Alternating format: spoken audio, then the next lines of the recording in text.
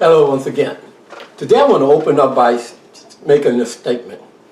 I don't want it to be misunderstood. My purpose in making these videos and saying what I'm saying is that I'm indicating that I believe in any wise that America is totally in a position of doom and gloom and of judgment. I believe that if we continue in the realm that we're going, that we will bring ourselves in a position of judgment. But I don't believe that's the purpose for which we were established. I believe America was established with the purpose of spreading the gospel of Jesus Christ throughout the world.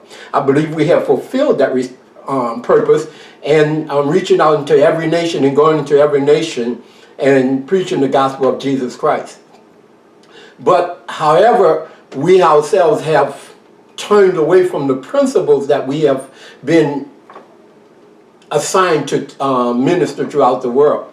And so, therefore, we find ourselves in a position where if we don't turn around from the things that we're doing, then we will be in a position where we can be judged. But I don't believe, and that's my purpose in doing these videos, I don't believe that that's God's plan and will for our lives. I don't believe that's what's going to happen. I believe that we can turn it and we will turn it around. But it's not going to happen automatic. It's not just going to happen just because we sit back and expect it to happen. We didn't get out in the position where we're in by just sitting back.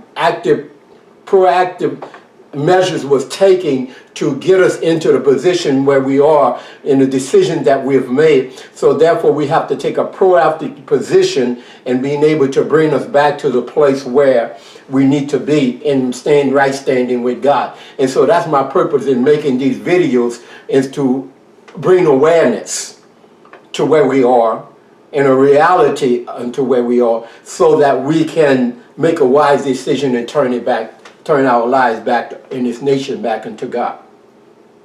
I believe that in this particular warfare and addressing the major issues in the moral state of our nation, that the church has relinquished the responsibility of being whom God called us to be.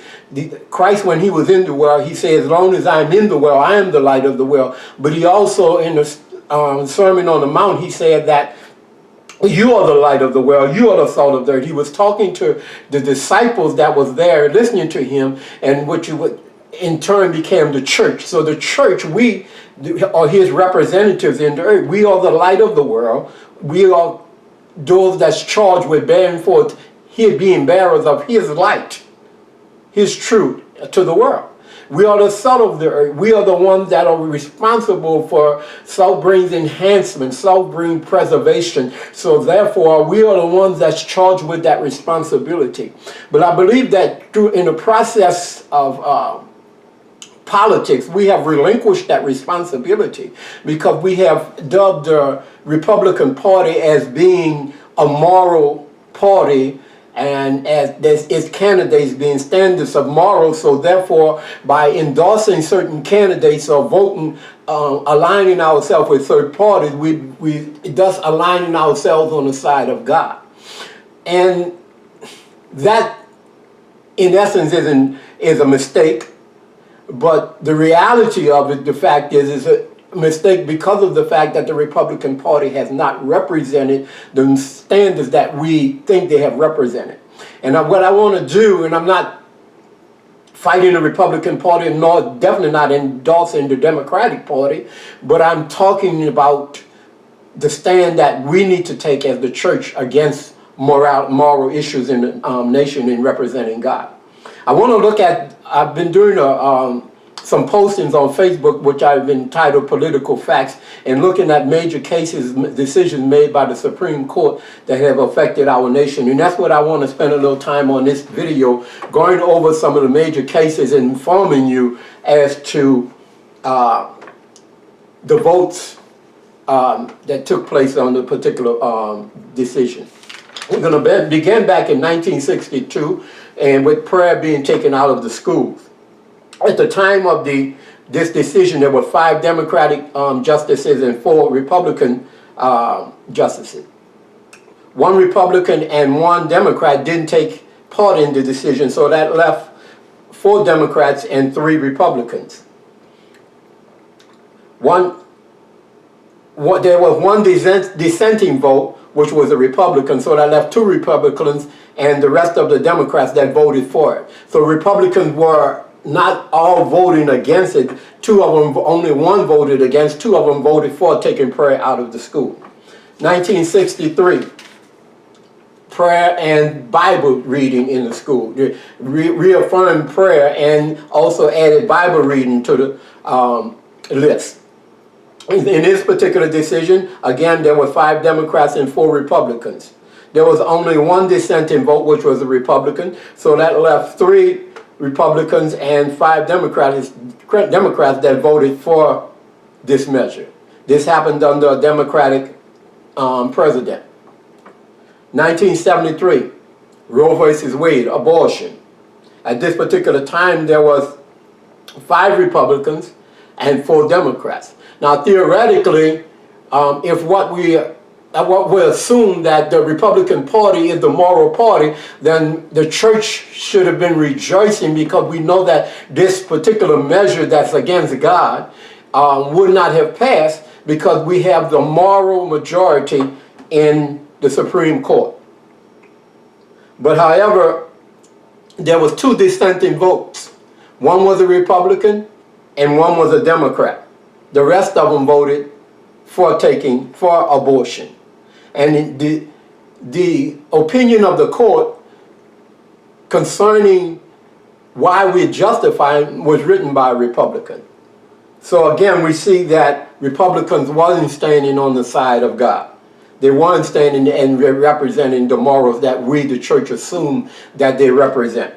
And this also happened under the presidency of a Republican president. Let's go on to our time now. Recently, 2015, the same-sex marriage. There were 5 Republicans and 4 Democrats. Now, again, we assume, hey, we got victory because of the fact that we got 5 Republicans. This is the only time that there was a total split between the parties. You had 4 Republicans voting against it, same-sex marriage. You had 4 Democrats voting for it. There was a deciding vote, which was a Republican. And that Republican voted for same-sex marriage. In fact, that Republican also wrote the opinion of the court as to why we should have allow homosexual marriage or same-sex marriage. So what we see here is that we can't assign to someone else the responsibility of representing God in our nation. That's the responsibility that he assigned to us, the church. And to assume that by voting for a particular party or a candidate that represents solely because he represents a certain party or because he says that he's a part of the church is not necessarily saying that we're going to have someone in our nation's capital in government representing the church.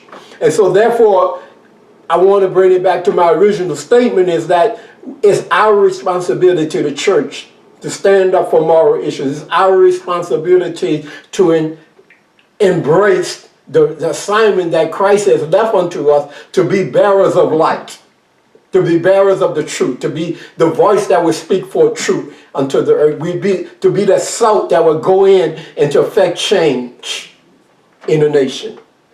We have shunned away from government. We have left those major decisions up until the government without any part of the church, and we have bought into separation of church and state. But we can no longer continue in that manner. We must allow our voice to be heard. We must stand up for moral issues. We must stand up for righteousness. We must fight against these things that have affected our nation in the state of where we are and where we are going. In my research, I see a pattern that has been developed in these decisions. And I've stated it before, but I want to, just in these last few minutes, expound on it a little bit further. And that all the decisions that have been made in Roe versus Wade And in same-sex marriage, these decisions were based upon pleasure, fulfillment of pleasure, man's right to fulfill his, and really it's, and bring it down to the most basic term, is sexual gratification.